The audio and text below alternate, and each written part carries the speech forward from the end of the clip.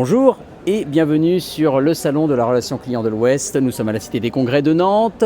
C'est la deuxième édition et nous accueillons Sébastien Blanquet. Bonjour Sébastien. Bonjour. Alors vous êtes responsable commercial chez Ines CRM. Est-ce que vous pouvez nous présenter en quelques mots l'entreprise ?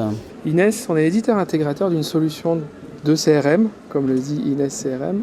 Et on a rejoint le groupe FICI il y a de cela quelques semaines.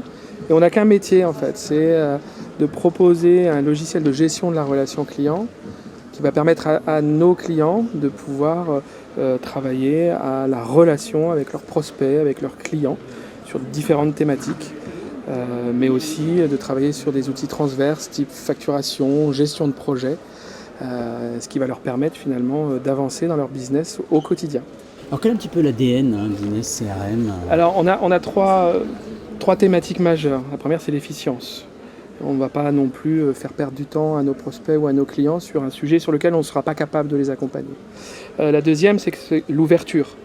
On est aujourd'hui en mesure de proposer un outil qui est tout à fait ouvert sur le monde. Le monde informatique aujourd'hui est très vaste et très large. Il y a beaucoup d'objets, il y a beaucoup de logiciels, il y a beaucoup de prétendants. Et c'est difficile de tout faire et de tout faire convenablement.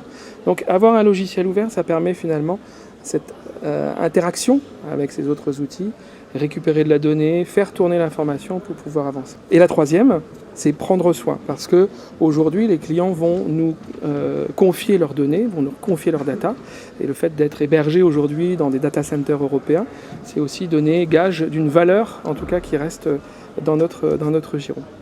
Alors pour Ines CRM, c'est votre première participation à ce salon. Pourquoi l'avoir choisi ? Pourquoi participer à cette thématique ? Parce que c'est notre cœur de métier. Aujourd'hui, la relation client, c'est ce que je vous disais tout à l'heure en introduction.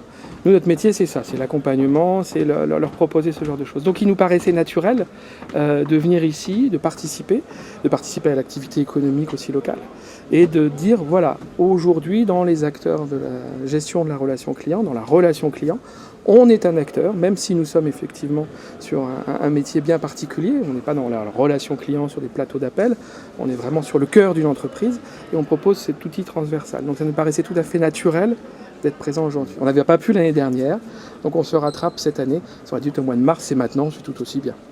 Alors quels sont les enjeux majeurs induits par la question de la relation client ?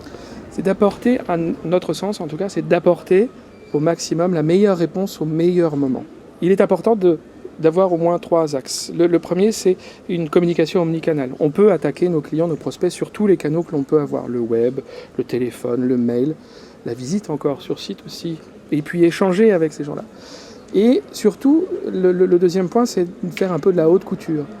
Alors, ça peut paraître un peu pompeux, mais l'idée principale, c'est qu'à partir du moment où on commence à coudre une relation avec un client, on reste sur un même fil et on reste sur un même ourlet, par exemple. Donc, du début à la fin, à partir du moment où il y a eu un premier contact avec un commercial jusqu'au moment où il y a un échange avec un service technique, il est important que le client ait l'impression que toutes les personnes de l'entreprise le connaissent parfaitement.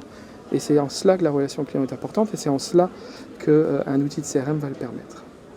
Alors cette deuxième édition, elle est axée sur le thème de l'émotion. Alors comment justement on crée l'émotion dans la relation client ? Je vais tourner la question différemment si vous me le permettez. En fait, on ne va pas créer d'émotion avec le service client et encore moins avec un CRM. Le CRM, ça va être l'outil qui va vous permettre d'alléger votre charge mentale professionnelle et qui va vous permettre de vous consacrer principalement à votre job. Si vous êtes commercial, vous allez vous consacrer à du commerce, prospecter, définir des besoins. Si vous êtes au marketing, vous allez cibler, vous allez envoyer, vous allez communiquer. Et si vous passez les 3/4 de votre temps à chercher, téléphoner, ne pas savoir où sont les informations, vous n'y mettrez plus d'émotion, vous serez sous la pression en fait d'un objectif, d'un envoi, d'une date butoir ou même d'une date de réponse parce qu'on fait aussi du service client dans le sens ticketing et donc à ce moment-là ça devient un peu compliqué.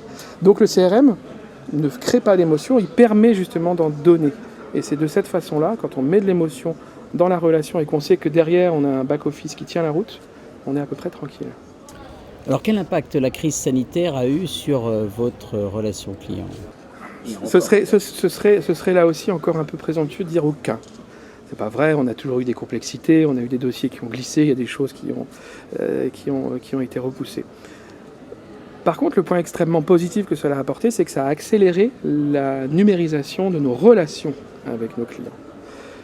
Des web-séminaires, du e-learning, la capacité d'échanger avec eux, de proposer en fait même des échanges en tête-à-tête, presque en one-to-one avec notre directeur, prendre un café avec lui un matin, tranquillement, en visioconférence, de proposer des cours là où les gens ne nous attendaient pas forcément, un peu de yoga par-ci, un peu de cours de sport par-là.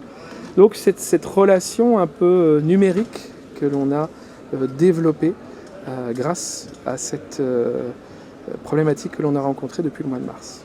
Et en conclusion, qu'est-ce qui vous semble essentiel de retenir sur ce thème de la relation client?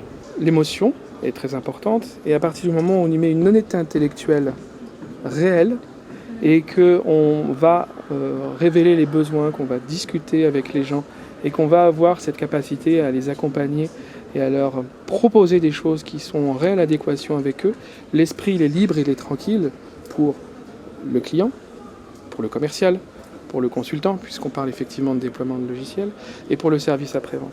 Rappelez-vous, l'efficience, l'accompagnement, l'ouverture et prendre soin.